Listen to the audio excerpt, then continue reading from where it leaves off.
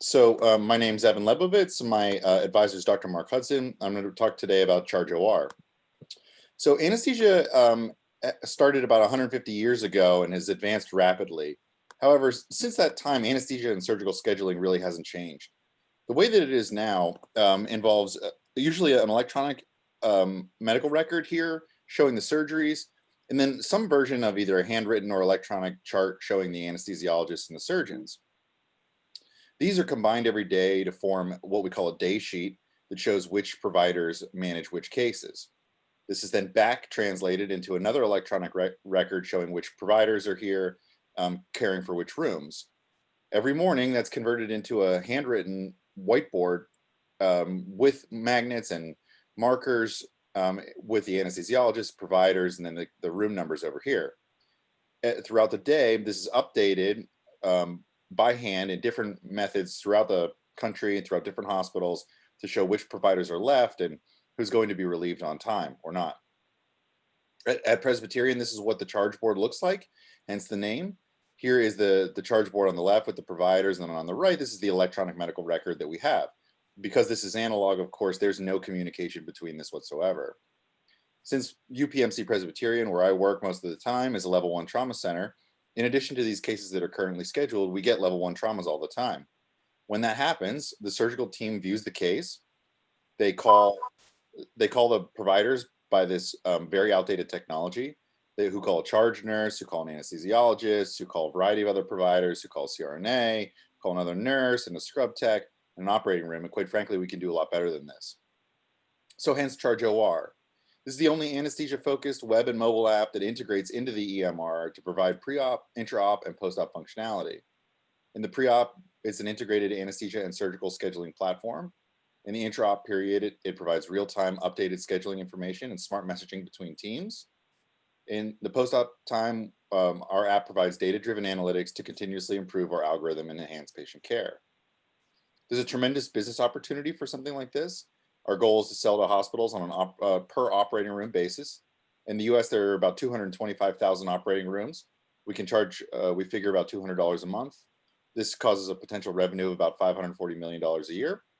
A 1% improvement at UPMC Presbyterian is about $1.4 million per year. And previous data at UCLA suggests we can expect about a 7% improvement. So our goal is to gain customers through advertising and through acquisition of our startup by a large EMR company. So on our next steps, we recently won the First Gear program and the Kuznetsky Cup. We're going to complete a wireframe application. It's going to be completed hopefully within the next 1 to 2 months.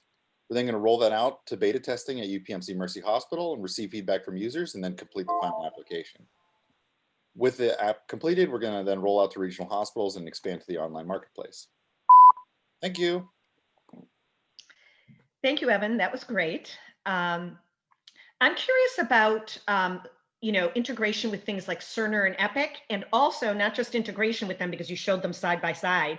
I'm curious what would prevent them from just integrating something like this. It seems like it would be a relatively easy step. Why haven't they done it? Will they do it and be competition? That kind of whole. Yeah, that's a great question. So yeah, my brother's a 3D printing engineer, and when I talked to him about this, he said the exact same thing.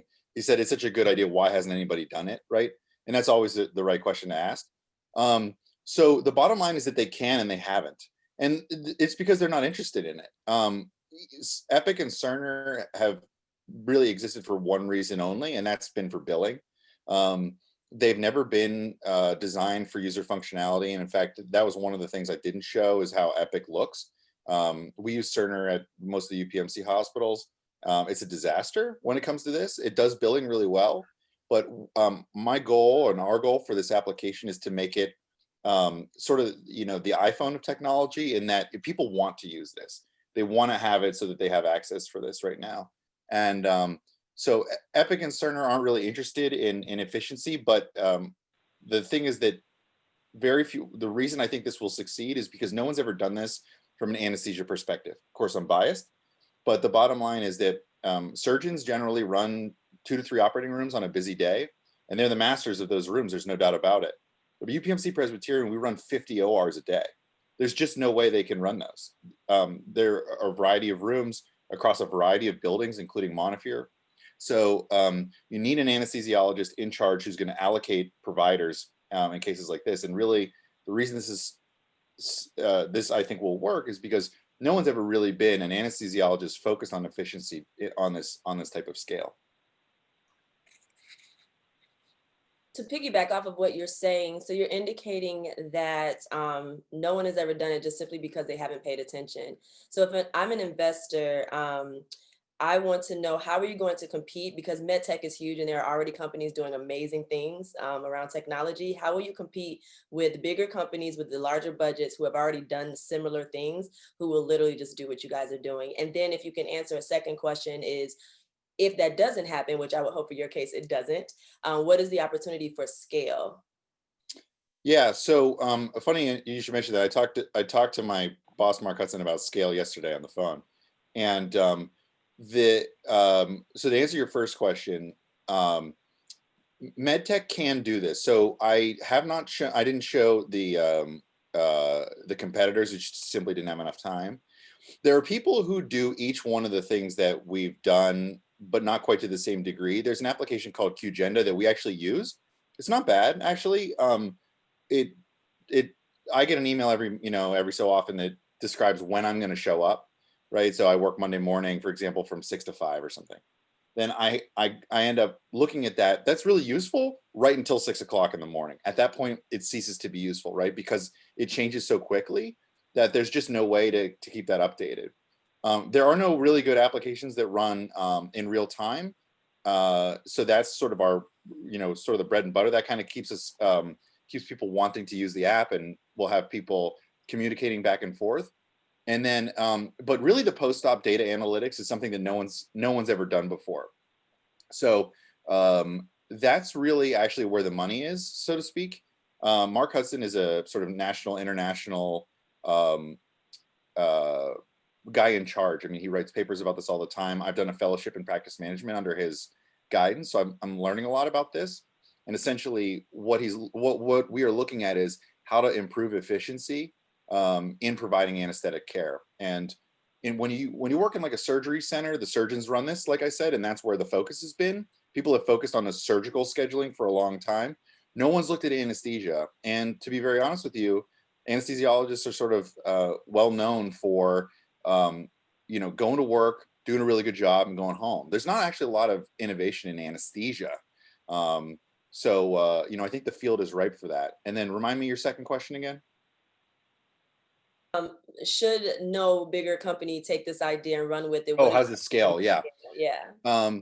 Yeah. So there's a startup. There's going to be a startup cost right now. What we're trying to figure out is whether it's going to be valid to charge for that or not. I've heard arguments both ways that a case can be made in either direction. The scalability, though, should actually not be a problem. And the reason is because it shouldn't cost us any more money to increase the size of the scope of this. UPMC right now in Allegheny County alone has 200 operating rooms.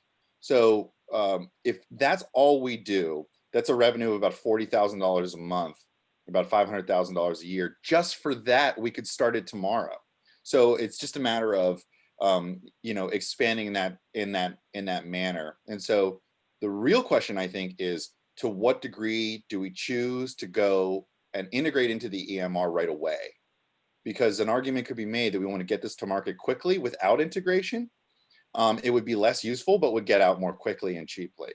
And there is no integration right now, so it's still an improvement. Thankfully, the status quo has set the bar so low that all we have to do is sort of tiptoe over it.